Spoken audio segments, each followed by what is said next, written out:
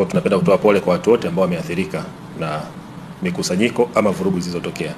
Napenda kutoa ufafanuzi kuhusiana na hili swala ambalo kwa kiasi kikubwa watu wengi ambao tumesikia sisi mitaani, taarifa kwenye mitandao na mitaani, watu wengi wanahusisha kampuni ya Lake Oil na wanasiasa katika umiliki. Na hili tumelisikia kwamba ndilo lililopelekea wale washambuliaji wengi kufanya fujo na kuvamia mali na kuharibu kwa nia ya kuwafikia wanasiasa.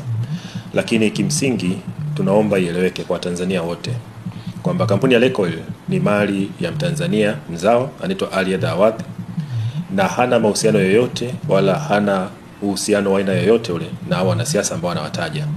Na si kweli kwamba kampuni ya Lake Oil inamilikiwa na wanasiasa au wana sehemu ya umiliki katika kampuni.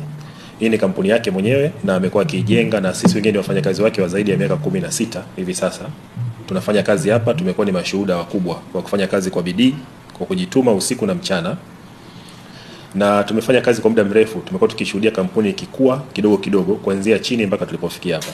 Kwa haya ni matunda ya kufanya kazi kwa nguvu na kwa bidii. Kwa hiyo tunawasihi wananchi wanapokuwa wanadai haki zao ambazo sisi hatuwezi kuingilia kwa namna ambavyo wanaifanya, lakini sio haki kuhukumu ama kuharibu mali za kampuni ya Lake Oil kwa kutegemea kwamba ama kwa kuamini kwamba ni mali za wanasiasa. Sio haki.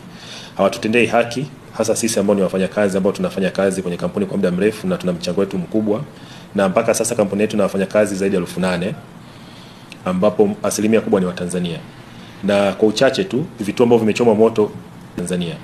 Na kwa uchache tu vituo ambavyo vimechomwa moto takriban 38 vina wafanyakazi zaidi ya 300 ambao wote wapo nje ya kazi sasa hivi. Tumewapatia likizo bila malipo mpaka pale vituo vitakavyotengenezwa upya na vianze kazi. Kwa hiyo madhara ya kuhusisha siasa na biashara ya mtu ambaye ameijenga kwa mapenzi yake, kwa uzalendo, kwa faida ya nchi yake na wananchi pia, kwa kutoa ajira nyingi kwa vijana, sio sawa sawa kwenda kuchoma kwa kuhusisha na umiliki wake na wanasiasa. Kwa tunaendelea kutoa wito, tunaomba imani hiyo isiwepo kwa sababu hakuna ukweli wa aina yoyote ile. Na muda utakapofika, atakapopata nafasi, mmiliki mwenyewe ndugu Ali Awadhi atatoka mbele ya watu na kujieleza, na ataeleza kwa urefu namna ambavyo amepambana kwa muda mrefu na kuikuza na kuitengeneza kampuni yake. Kwa hiyo tunawasihi watu waache kufanya uharibifu katika vituo vya Lake Oil kwa sababu madhara ambayo tunayapata sisi wafanyakazi ni makubwa. Tuna wafanyakazi wetu wa chini ambao ni pump attendants wengi ambao nao pia wana ndugu zao ambao wanawategemea. Wanaathirika, hawana kazi hivi sasa. Kwa tunaomba sana, na pia sisi tunauza nishati ya mafuta na gesi ambao ni nishati ambao ni hatarishi. Uchomaji wa moto pia sio salama. Inapotokea milipuko inaweza kusababisha vifo na maafa kwa watu wengine ambao wapo karibu, ambao hawana hatia wala sio sehemu ya hicho wanachokifanya. Vijana bado wameshaaminishwa kwamba wanasiasa wanahusika na umiliki wa kampuni na ndio maana wanafanya hivyo. Lakini si kweli. Watu wengi ni mashuhuda, sisi ni mashuhuda.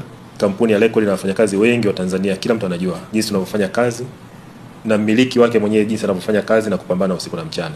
Lakini pia tunaomba sana taarifa hii ifike kwa watu wengi kwamba sisi ni Watanzania, tunafanya biashara kihalali na wafanyakazi wengi ambao ni Watanzania wanafaidika na uwepo wa kampuni hii.